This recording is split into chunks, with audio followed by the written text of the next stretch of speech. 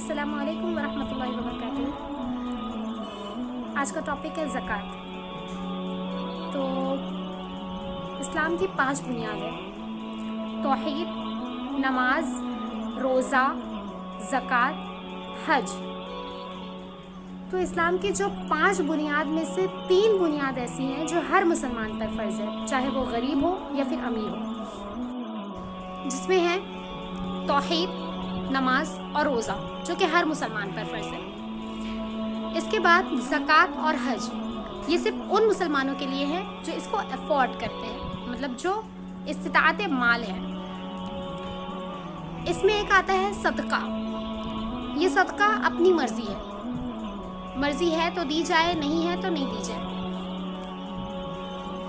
और जितना चाहे उतना दिया जाए। और अब ज़कात है। ज़कात वो है जो आपने साल भर का जमा किया हुआ जो आपका पूंजी है, वो यानी साल भर जो माल आपने अपने लिए रखा, उसका 2.5 हिस्सा ज़कात है। अब आपके ऐसे एसेट जिससे आप फ़ायदा उठा सकते हैं,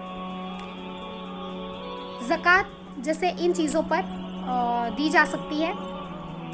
पहला है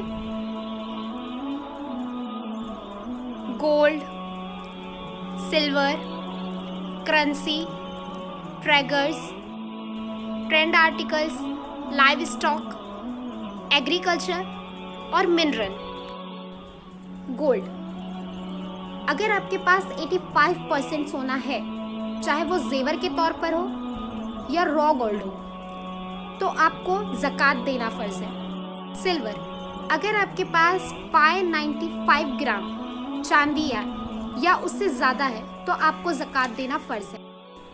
करेंसी, आपके पास कैश की सूरत में या फिर बैंक अकाउंट में जितना भी अमाउंट है, उसका 2.5 हिस्सा ज़कात फ़र्ज़ है।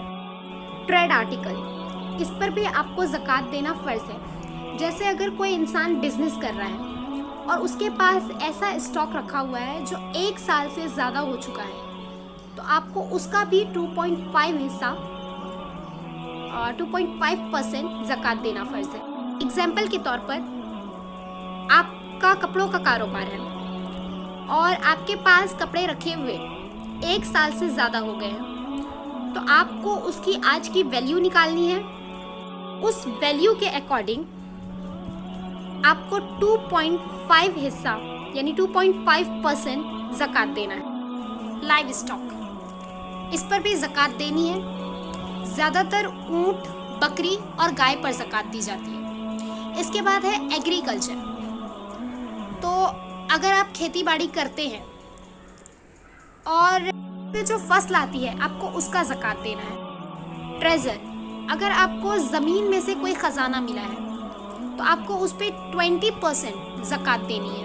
मिनरल, मान लीजिए आपके पास कोई गैस है, लिक्विड या फिर मिनरल्स हैं, तो आपको उस पर भी ज़कात देनी है।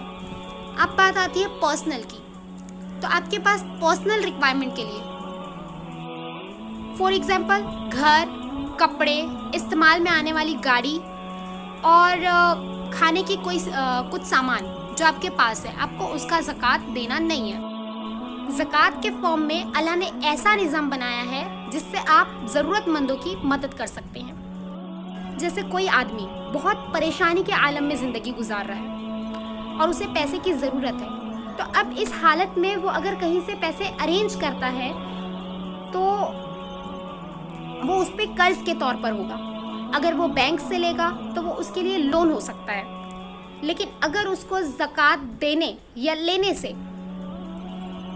उस पर कर्ज फाइज नहीं होता, किसी मुस्तहिक तक अपना ज़कात पहुंचाने वाले को सवाब का मुस्तहिक भी बताया गया है।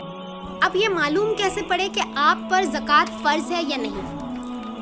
अभी करंट सिचुएशन में आपके पास 85 ग्राम सोना है या उसके बराबर का पैसा आपके पास है, चाहे वो बैंक में हो या आपके हाथ में हो, तो आप पर ज़कात फ़र्ज़ है। कई लोग अंदाज़ा लगा लेते हैं कि इतना सोना या इतना पैसा तो हमारे पास नहीं है, तो इसकी सेकंड कंडीशन ये है कि अगर आपके पास 595 ग्राम चांदी है या उसके बराबर का पैसा है तो आप पर ज़कात फ़र्ज़ है। लेकिन अगर आपके पास कुछ पैसा, कुछ सोना और कुछ चांदी मिलाकर अगर ये 595 ग्राम चांदी बन जाता है या फिर 85 ग्राम सोना बन जाता है तो आप ज़कात दे सकते हैं।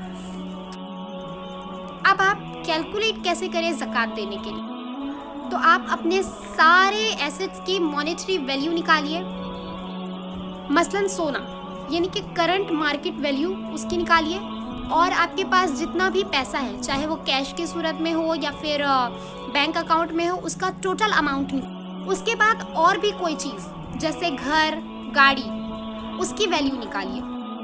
उसके बाद सभी को सम अप कर लें और इससे जो टोटल अमाउंट आया उसका 2.5 हिस्सा निकालने पर जो फाइनल अमाउंट आपके पास आ रहा है वो आपका ज़कात होगा। और ये ज़कात आपको उन लोगों तक पहुंचाना है जो इसके मुस्तहिक हैं। अब ज़कात आप 8 लोगों को दे सकते हैं। पहला गरीब, तो गरीब जैसे जिनके खर्चे ज़्यादा हैं पर आमदनी कम है, और इसके लिए भी आप सबसे पहले अपने रिश्तेदारों में देखें, और आपके आसपास कुछ ऐसे लोग भी होंगे जिनको पैसे की तो ज़रूरत है पर वो किसी के सामने हाथ फैलाने से शर्म महसूस करते हैं। तो ऐसे लोगों की ज़रूरत को आप खुद समझें और उन तक पूरी इज्जत के साथ उन्हें अपना जो पैसा है वो पहुंचाएं, ताकि उनसे उसको इंसल्ट भी फील ना हो उनको और उनकी ज़रूरत भी पूरी हो जाए। दूसरा मिस्कीन, और तीसरा ज़कात कलेक्टर, मतलब जैसे आप मदरसे मस्जिदों में भी अपना ज़कात दे सकते हैं ताकि वो ज़रूरतमंदों तक पहुंचा दें। चौथा, आप नए मुस्लिम और रिवेंट्स को भी ज़कात दे सकते हैं जो फाइनेंशियली खुद को सपोर्ट नहीं कर रहे हैं। पांचवा, जो लोग आप पर डिपेंड हैं जैसे मजदूर, तो आप ऐसे लोगों को भी ज़कात दे सकते हैं। छठा, कोई बहुत ज़्यादा कर्जदार है तो आप उसको भी ज़कात दे सकते हैं जिससे उसकी थोड़ी मदद हो जाए। और सातवां, आपके एरिया में कोई ऐसा काउस चल रहा हो जिसमें